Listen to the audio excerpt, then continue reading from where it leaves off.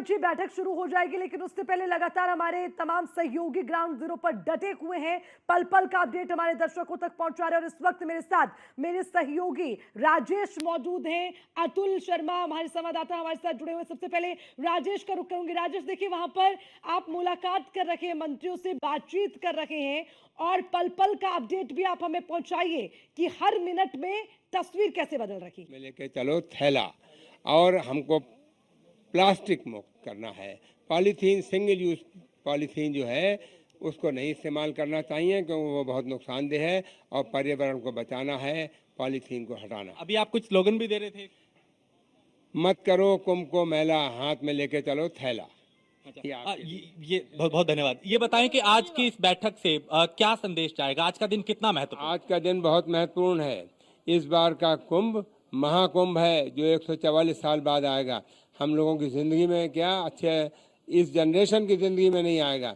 तो मैं यही कहूंगा, आज के दिन बहुत महत्वपूर्ण है और यहाँ महत्वपूर्ण निर्णय लिए जाएंगे। बहुत शुक्रिया हमसे बात करने के लिए। तो आपने सुना मंत्री, चूंकि लगातार यहाँ पे जो तमाम कैबिनेट मंत्री हैं वो आ रहे हैं, और हम कोशिश कर रहे हैं कि उन मंत्रियों से बात हो पाए आज की इस बैठक को लेकर। और चूंकि बैठक की अगर बात करें तो जिस तरह से अर्चना आज, चूंकि जिस तरह की हम तस्वीरें अगर आपको दिखाएं तो यहाँ पे देखिए सुरक्षा के पुख्ता इंतजाम किए गए हैं, चप्पे चप्पे पे सुरक्षा कर्मी तैनात हैं। सर्किट हाउस में हम मौजूद हैं, तमाम कैबिनेट मंत्री यहाँ पे आ रहे हैं। कई कैबिनेट मंत्रियों से हमने बात भी की और ये कोशिश की कि क्या विजन है, क्या मंशा है, क्या संदेश आज की कैबिनेट के बैठक के जरिए देने की कोशिश है, ये हम अपने दर्शकों तक पहुंचा पाए। क्योंकि महाकुंभ है, महा आयोजन है, करोड़ों श्रद्धालु यहाँ पे आ रहे हैं, और जैसे जैसे दिन आगे बढ़ रहे हैं वैसे वैसे संख्या भी बढ़ती जा रही है। लेकिन खास इसलिए हो जाता है क्योंकि आज 22 तारीख है, ये 2025 है, लेकिन 22 तारीख जनवरी 2024 इसलिए खास था क्योंकि तब राम मंदिर की प्राण प्रतिष्ठा की गई थी। तो कनेक्शन ये है कि वो भी आस्था का मामला था, ये भी आस्था का मामला है। सनातन वहां भी, सनातन यहां भी, धर्म वहां भी, धर्म यहां भी।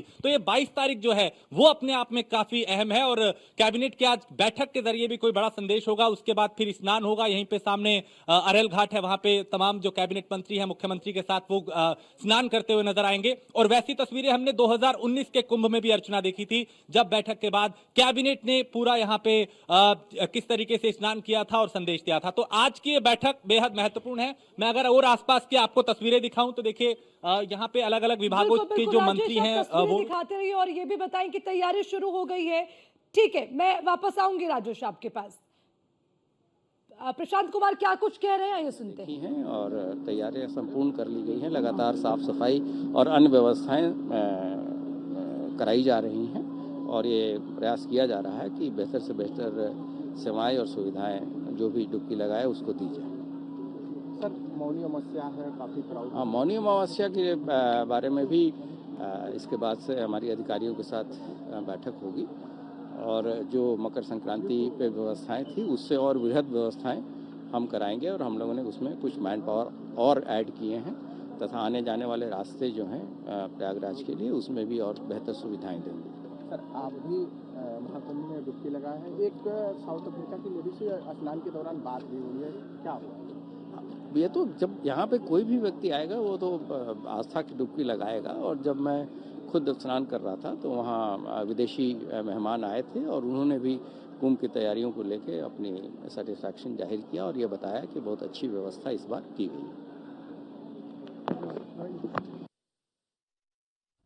व्यवस्थाओं के दावे करते हुए नजर आए, किस तरह से चाहे मौनी अमावस्या की बात हो या बात महाकुंभ की हो, डीजीपी प्रशांत कुमार साफ तौर पर कह रहे हैं कि व्यवस्थाएं दुरुस्त हैं, और खुद वो मॉनिटरिंग कर रहे हैं तमाम लोगों से भी, जो कहीं ना कहीं किसी तरह की कोई अव्यवस्था ना हो, असुविधा ना हो, उसको लेकर भी ख्याल रखा जा रहा है। तो डीजीपी प्रशांत कुमार को आपने सुना, तमाम जानकारी व्यवस्थाओं को लेकर, प्रशासन की तैयारियों को लेकर उन्होंने दी है, और कोई भी कोर कसर ना छोड़ी जाए इसका पूरा ख्याल रखा जा रहा है। और हो भी क्यों ना भाई, जरूरी है, क्योंकि महाकुंभ में करोड़ों की संख्या में श्रद्धालु पहुंच रहे हैं, आस्था की डुबकी लगा रहे हैं, तो व्यवस्थाओं के लिहाज से कोई भी यहां पर चूक का मौका नहीं होना चाहिए। और उसी का दम भरते हुए यहां पर डीजीपी प्रशांत कुमार को हमने सुना। तो लगातार मेरे सहयोगी ग्राउंड जीरो से बने हुए हैं, राजेश हमारे साथ हैं, अतुल शर्मा हमारे साथ हैं। तो राजेश का एक बार मैं फिर से रुख इसलिए करूंगी क्योंकि आधे में उनकी बात रह गई थी। राजेश, मेरा सवाल ये भी था कि अब जैसे जैसे समय आगे बढ़ता जा रहा है, क्योंकि 12 बजे बैठक भी शुरू होनी है। सुबह सुबह तमाम मंत्री ट्रैक सूट में नजर आ रहे थे, लेकिन अब मुझे लगता है कि सब तैयार हो गए हैं ताकि समय से पहुंचे और ये बैठक भी शुरू हो। आप भी बताइए कि क्या और तैयारियां वहां पर चल रही हैं।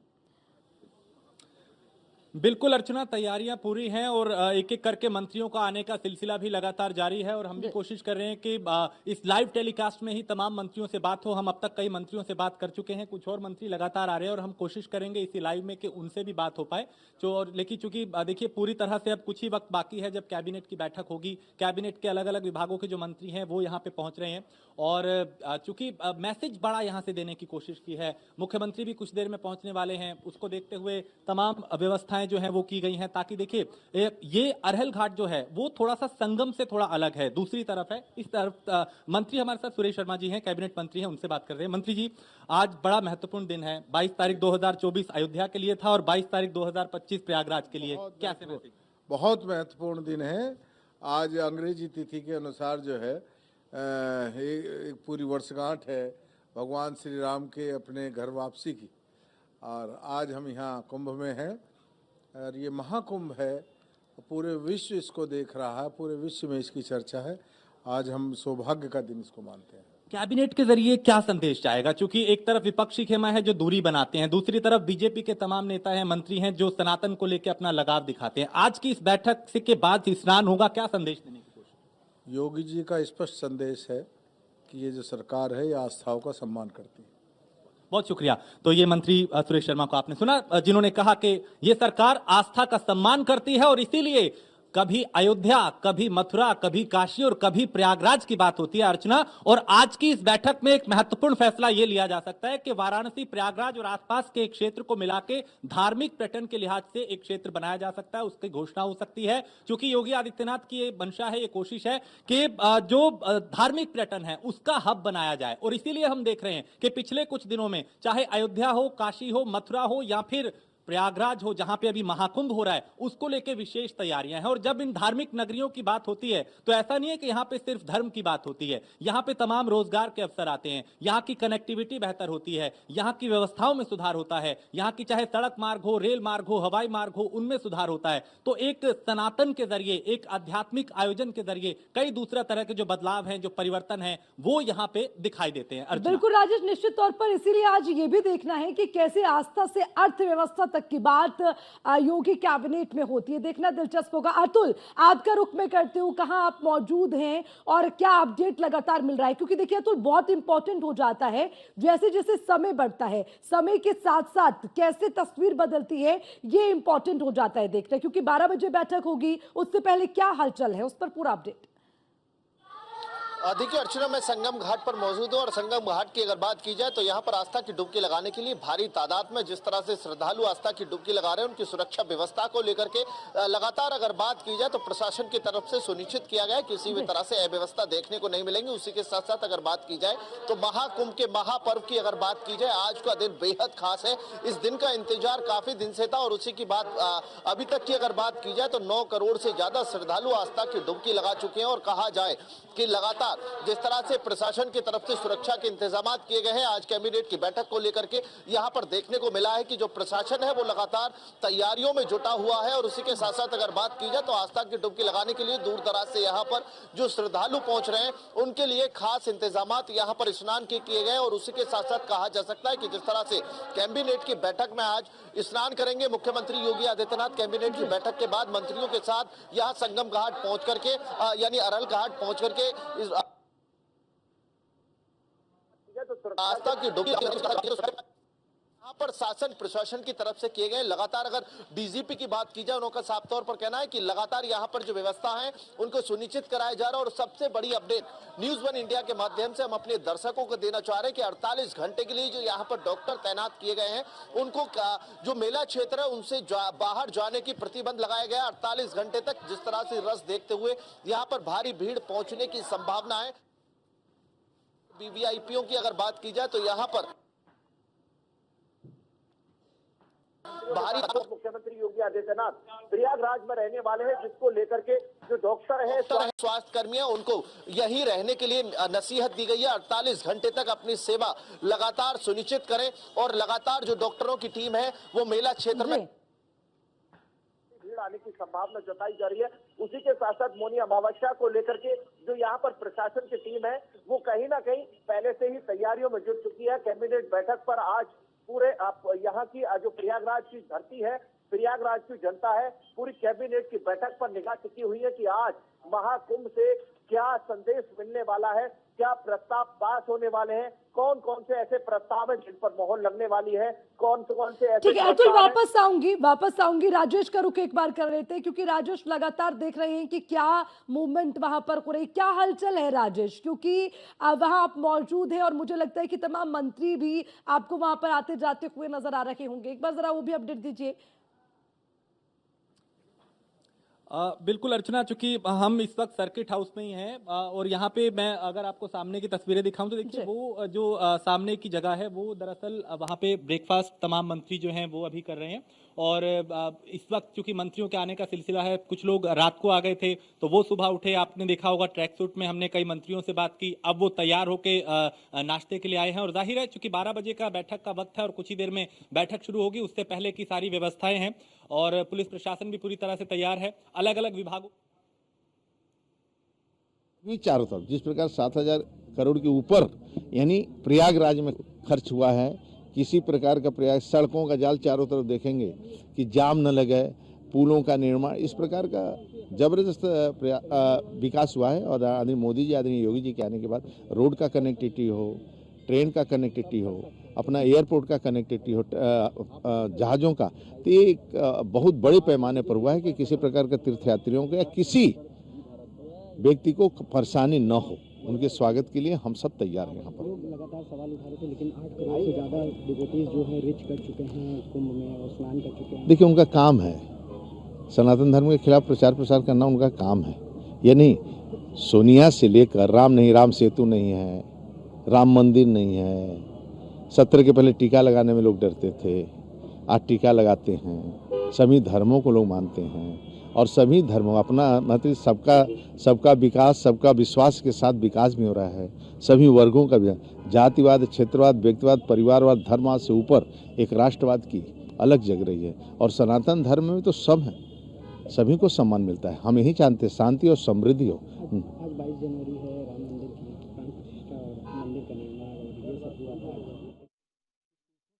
तो कैबिनेट मंत्री स्वतंत्र देव सिंह को भी आपने सुना, सनातन का उन्होंने जिक्र किया, व्यवस्थाओं का जिक्र किया, संगम का उन्होंने जिक्र किया, महाकुंभ की वो बात कर रहे हैं।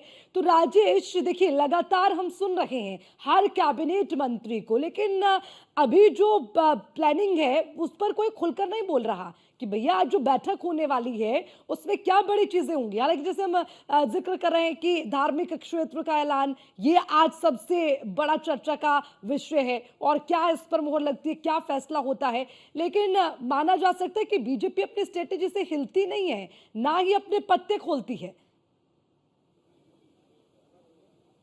देखिए बीजेपी, अर्चना आपने बिल्कुल ठीक कहा कि इस स्ट्रेटजी में माहिर है कि अगर राजनीति भी किसी मुद्दे पे होती है तो विपक्ष को कैसे फंसाना है, और विपक्ष इस असमंजस में पड़ जाता है कि इसका विरोध करे या समर्थन करे। अब चाहे महाकुंभ हो, राम मंदिर हो या फिर प्राण प्रतिष्ठा हो, कई ऐसे मौके आए सनातन से जुड़े हुए, हिंदुत्व से जुड़े हुए, धर्म से जुड़े हुए, जहां विपक्ष ना तो खुल के समर्थन कर पाया ना खुल के विरोध कर पाया, और इसका माइलेज जो है वो भारतीय जनता पार्टी को मिला। और जाहिर सी बात है इस महाकुंभ का जो अगर सियासी श्रेय की बात करें, हालांकि कोई इसको कहता नहीं है, लेकिन अगर उसके सियासी श्रेय की बात करें तो ये भारतीय जनता पार्टी के 27 पे बहुत प्रभावित करेगा। और कितना प्रभावित करेगा ये इसलिए भी कहा जा सकता है, हम तमाम लोगों से भी बात कर रहे हैं, वो यहाँ की व्यवस्थाओं को लेके, योगी आदित्यनाथ के नेतृत्व को लेके, यहाँ के सिस्टम को लेके जिस तरह से संतुष्ट नजर आए। तो कई लोग तो ऐसे थे जो चाह रहे थे कि अब अगले प्रधानमंत्री जो होंगे वो योगी आदित्यनाथ होंगे। खैर ये तो भविष्य की बात है, लेकिन अब यहाँ की अगर बात करें, चूंकि सर्किट हाउस में पूरी तरह से हलचल तेज है, मंत्रियों के आने का सिलसिला लगातार यहाँ पे जारी है, एक के बाद एक मंत्री जो है वो आ रहे हैं यहाँ पे, और हम भी कोशिश कर रहे हैं कि उन मंत्रियों से बात हो पाए। अभी अलग अलग विभागों के कई मंत्रियों से हमने बात भी की और ये समझने की कोशिश की कि महाकुंभ में जहां करोड़ों श्रद्धालु आ रहे हैं, उस महाकुंभ के जरिए, कैबिनेट के बैठक के जरिए आखिर सरकार संदेश क्या देना चाहती है। क्योंकि 2019 में भी कैबिनेट की बैठक कुंभ में हुई और उस बैठक के बाद भी जो कैबिनेट मंत्री थे मुख्यमंत्री के साथ संगम में स्नान करते हुए दिखाई दिए थे। तो क्या अब यहां से कुछ एक बड़ा एक मास्टर स्ट्रोक भी इसे माना जाएगा? क्या ये 2027 के चुनाव को प्रभावित करेगा? क्या इसके राजनीतिक नफा नुकसान भी होंगे? क्योंकि विपक्ष इस असमंजस में है। अखिलेश यादव का आपने देखा होगा 3 से 4 दिन पहले उन्होंने हरिद्वार में गंगा में डुबकी लगा ली, लेकिन वो प्रयागराज नहीं आए। कहा था कि स्नान और दान और पुण्य करेंगे, लेकिन स्नान शायद यहां पे ना करें। राहुल गांधी और प्रियंका का फिर जिक्र हुआ। बिल्कुल, देखिए विपक्ष असमंजस की स्थिति में, राजेश बिल्कुल उचित बात आपने कही है कि विपक्ष इस वक्त असमंजस की स्थिति में, और मैंने पहले भी इस बात का जिक्र किया है कि मुख्यमंत्री योगी आदित्यनाथ हमेशा से इसमें बाजीगर रहे हैं कि भैया पिच सजा दी है और अब विपक्ष को इसी पर खेलना होगा। अब ये आप पर है कि आप कितने सक्षम है और कितना वेल प्ले आप कर पाते हैं। ये एक कहीं ना कहीं बड़ी चुनौती रहती है प्रशासन के लिए। तो राजेश, ये माने कि मुख्यमंत्री ने पिच सजा दी है महाकुंभ के बीच में आकर, अब वो कह रहे कि भैया यहीं से विपक्ष को खेलना होगा। अब आप इसमें कितना पास होते हैं, कितना नहीं होते हैं, ये आपका विषय है। इस तरह से मान लें कि यह विपक्ष के लिए बड़ी चुनौती अब बन गया है। महाकुंभ से महागाथा तक, महागाथा से महामंथन और फिर महासौगातें। राजेश, बिल्कुल, क्योंकि देखिए ये सनातन का एक बहुत बड़ा आयोजन है, दुनिया भर की निगाहें इस पे हैं। और जिस तरीके से इसके चूंकि धार्मिक मायने तो हैं, लेकिन आप अगर इसके आर्थिक मायने देखें, आप उसके राजनीतिक मायने देखें, उसके अलग अलग तरह के जो मायने हैं वो निकाले जाएंगे। क्योंकि हमने ऐसे लोगों से भी बात की जिन्होंने यहाँ पे रोजगार अपने लिए तलाशा, जो रोजगार के जिनके लिए अवसर आए। हमने ऐसा भी देखा कि अगर महाकुंभ प्रयागराज में है तो ऐसा नहीं है कि सिर्फ वो धार्मिक आयोजन है, वो हुआ, खत्म हुआ और सारी चीजें खत्म। उसके होने से पहले यहाँ की कनेक्टिविटी को बेहतर किया गया, चाहे सड़क मार्ग हो, रेल मार्ग हो, हवाई मार्ग हो, यहाँ की व्यवस्थाओं को बेहतर किया गया, यहाँ की सुरक्षा को बेहतर किया गया। तो ये आने वाले कुंभ के बाद भी इसका फायदा जो है यहाँ के लोगों को होगा। तो कोई भी धार्मिक नगरी हो, चाहे अयोध्या हो, मथुरा हो, काशी हो या फिर प्रयागराज हो, वहां पे अगर कोई धार्मिक आयोजन होता है तो वहां पे विकास की गाथा भी लिखी जाती है। और सनातन, आस्था और अर्थव्यवस्था, इस तीनों का जो घालमेल है वो हमें इस महाकुंभ में दिखाई दे रहा है कि कैसे इस महाकुंभ के जरिए, इस सनातनी आयोजन के जरिए अर्थव्यवस्था को भी बेहतर करना है और धार्मिक कर्म भी करना है। बिल्कुल, वैसे तो महाकुंभ अपने आप में एक यादगार है राजेश, लेकिन इसे और यादगार बनाने के लिए मुझे लगता है आज कुछ और बड़े फैसले मुख्यमंत्री लेने वाले हैं जो कि ऐतिहासिक होंगे, जिनकी चर्चा आने वाले समय में होगी। जैसे 2019 का भी हम जिक्र करते हैं। ठीक है राजेश, वापस आऊंगे। अतुल का रुख एक बार कर लेते हैं। हमारे संवाददाता अतुल शर्मा लगातार बने हुए। अतुल, देखिए आप ग्राउंड पर हैं, लोगों को आप देख रखे हैं, वहां पर हलचल है, व्यवस्थाओं को आप देख रखे हैं, समय भी बढ़ता जा रहा है और किस तरह की हलचल है, जरा लोगों से भी बातचीत कीजिए और समझिए कि आज एक बड़ी कैबिनेट बैठक यहाँ होने वाली है और विपक्ष ये कहता है कि ये जो वहां पर आम जनमानस पहुंचता है उनके स्केड्यूल को कहीं ना कहीं डिस्टर्ब करता है। तो वो उसे कैसे देखते हैं? अगर उन्हें जानकारी है उनसे भी बातचीत करें अतुल। कहा जा सकता है कि मुख्यमंत्री योगी आदित्यनाथ की रणनीति में इस वक्त विपक्ष चक्रव्यूह की तरफ हंस चुका है। इस चक्रव्यूह की अगर बात की जाए तो इतना समझना आसान नहीं है कि मुख्यमंत्री योगी आदित्यनाथ की कैबिनेट की बैठक से कितने बड़े फैसले होते हैं। और दूसरी तरफ अगर बात की जाए जिस तरह से चुनावों को लेकर के विपक्ष सवाल खड़े कर रहा है कि प्राण प्रतिष्ठा के बाद 2024 का चुनाव देखा गया, उसके साथ साथ अगर बात की जाए तो अब 27 के चुनाव को बढ़ाने के लिए भारतीय जनता पार्टी इस वक्त तैयारी कर रही है। लेकिन विपक्ष की बात की जाए तो विपक्ष सवाल खड़े करने पर जुटा हुआ है, लेकिन भारतीय जनता पार्टी यानी मुख्यमंत्री योगी आदित्यनाथ की रणनीति की बात की जाए तो उस रणनीति के बारे में समझना इतना आसान नहीं है। कुछ लोग हैं, जनता है, उससे बात करने का प्रयास करेंगे। जिस तरह से दूर दराज से यहाँ पर श्रद्धालु पहुंच रहे हैं। क्या नाम है आपका? अमित कुमार। कहाँ से पहुंचे? मैं कानपुर। क्या कहना है, आज मुख्यमंत्री योगी आदित्यनाथ की बैठक, कैबिनेट की बैठक प्रयाग संगम में होने जा रही है।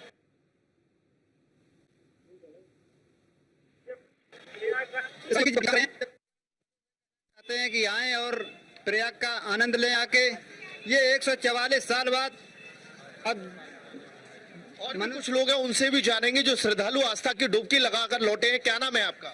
जी विपुल कुमार है। कहाँ के रहने वाले? बिहार के। आज अगर मुख्यमंत्री योगी आदित्यनाथ की बात की जाए तो कैबिनेट की बैठक प्रयाग के संगम पर होने जा रही है। 2022 की अगर बात की जाए तो 22 में देखने को मिला था कि प्राण प्रतिष्ठा यानी अयोध्या में रामलला विराजमान हुए थे। ठीक है, तो लगातार लोगों से भी हम जानकारी लेते रहेंगे, क्योंकि बहुत लोगों से भी जुड़ा हुआ, जनमानस से भी जुड़ा हुआ विषय आज है, और महाकुंभ से जुड़ा हुआ विषय है, विकास से जुड़ा हुआ विषय है, सनातन से जुड़ा हुआ विषय, और विषय है कि किस तरह से आज इन तमाम बड़े फैसलों को लेकर जो है चर्चा होती है, और क्या पटल पर रखा जाएगा, किस पर लगेगी मुहर। लगातार इस पर हमारी नजर है। राजेश रतुल, आप बने रहिएगा। शुक्रिया तमाम जानकारी के लिए।